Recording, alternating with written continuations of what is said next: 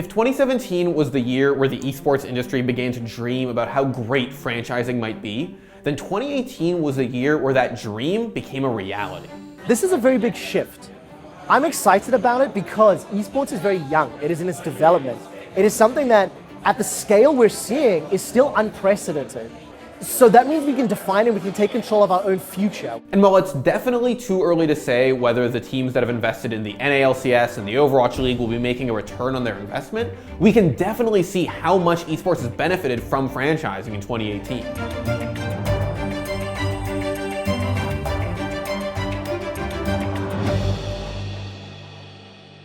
Let's start with League of Legends, where the battle to end relegation was fought and won. Prior to 2018, the constant threat of relegation in regions other than China, which franchised in summer 2017, meant that teams weren't necessarily playing to win as much as they were playing not to lose their spot in the league altogether. The issue is that teams that were relegated were essentially deemed irrelevant. As soon as you drop below that red line, your sponsors would pull out, your roster would dissolve, and the organization would be faced with the possibility of simply cutting its losses and getting out of league. We've seen how some teams were once ruling the world, Moscow 5, that became Gambit, and then faded into obscurity. Alliance have an EU LCS champion under their belt, and they haven't played competitive league in years. What franchising will do for the NA LCS, and presumably will do for the LEC and any other region that chooses to franchise like the LJL, is create a sense of stability. Not only did it earn Riot over $100 million in buy-in fees in NA, it also gave players and teams some much needed financial security. It seems like it's the way to go right now to kind of upgrade sort of again the stability of the league in general. I think it makes esports tournaments a lot more appealing to sponsors both on the league level and the team level. And again, you want commitment from people, right? And when you get the teams involved in the league to that degree, that brings I think a level of commitment to making sure the league goes well and sticks around for a long time that maybe didn't exist to that degree in the past. And to understand how franchising can help the competitive side of the game, one needs look no further than Cloud9 and their incredible run through the back half of the year.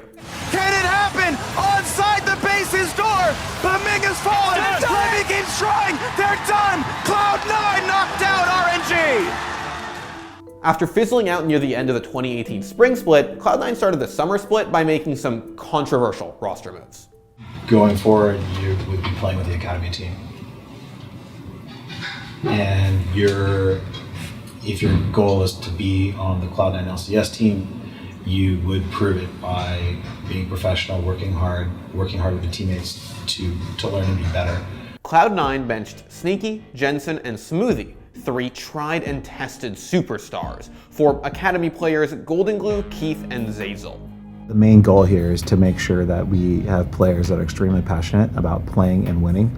This change has had a dramatic improvement in the players' desire to get better and push themselves to a higher level. And so you're going to see a team that has a new sense of fire and passion to do well on stage.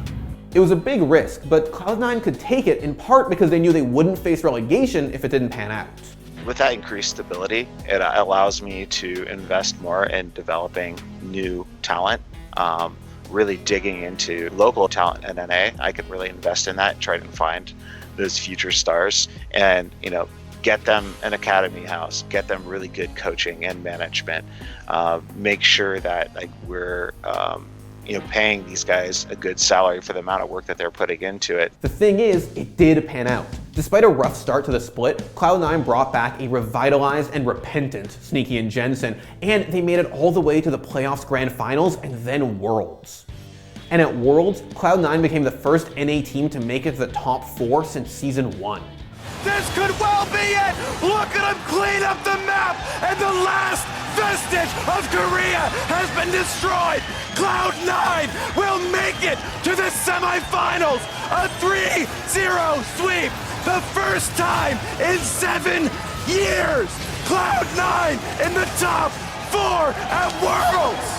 Cloud9's run was nothing short of historic, and chances are it wouldn't have happened without franchising.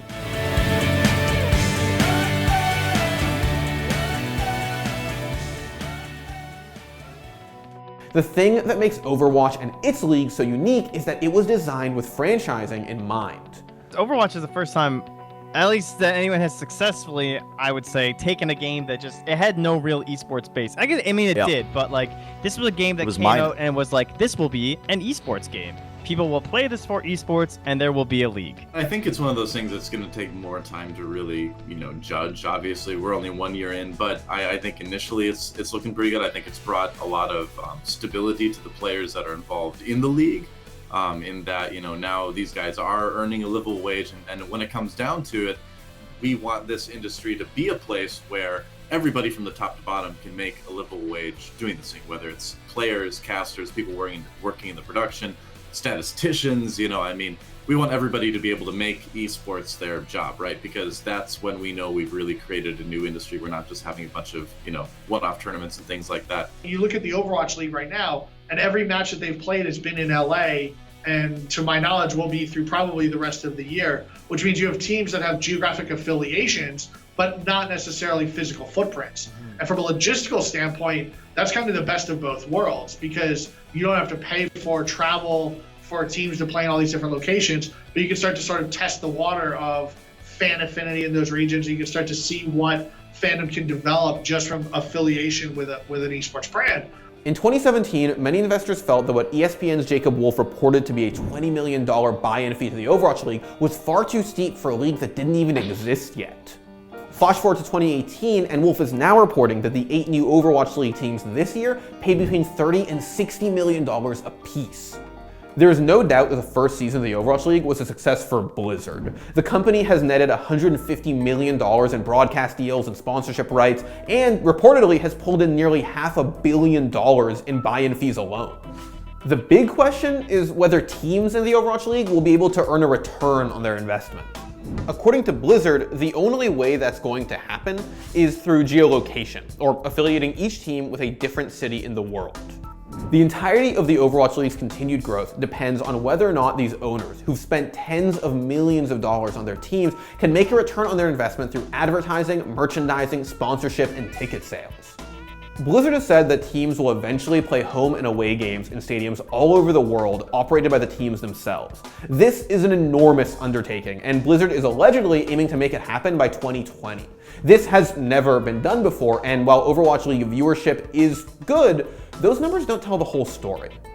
The first season of the Overwatch League put up some surprisingly impressive numbers. When the San Francisco Shock battled against the Los Angeles Valiant in the first match of Stage 1, the English-language Twitch broadcast attracted nearly 400,000 concurrent viewers. And even after the league's novelty began to wear off, the streams still averaged just shy of 9 million hours watched a month. The problem is that, going forward, views aren't going to be enough to justify Blizzard's all-in stance on geolocation. Racking up Twitch views is fantastic, but teams don't need to operate their own stadiums to make that happen. But if franchises are actually able to capitalize on geolocation and the game's player base continues to grow, then the Overwatch League could genuinely be something groundbreaking. Looking forward with the regionalization thing, we know it's going to happen. Just how exactly it's going to happen remains to be seen. It's going to be pretty fun and exciting when it does. More teams in the league next year have already been announced, a lot more great players. A lot of players that probably should have had a chance last year to be involved are getting that chance now this year because of all those expansion teams. So yeah, pretty exciting time to be alive. Ultimately, if franchises do lead to teams eventually building actual arenas to play Overwatch in, it could usher in a new era for competitive gaming, one that closely resembles traditional sports.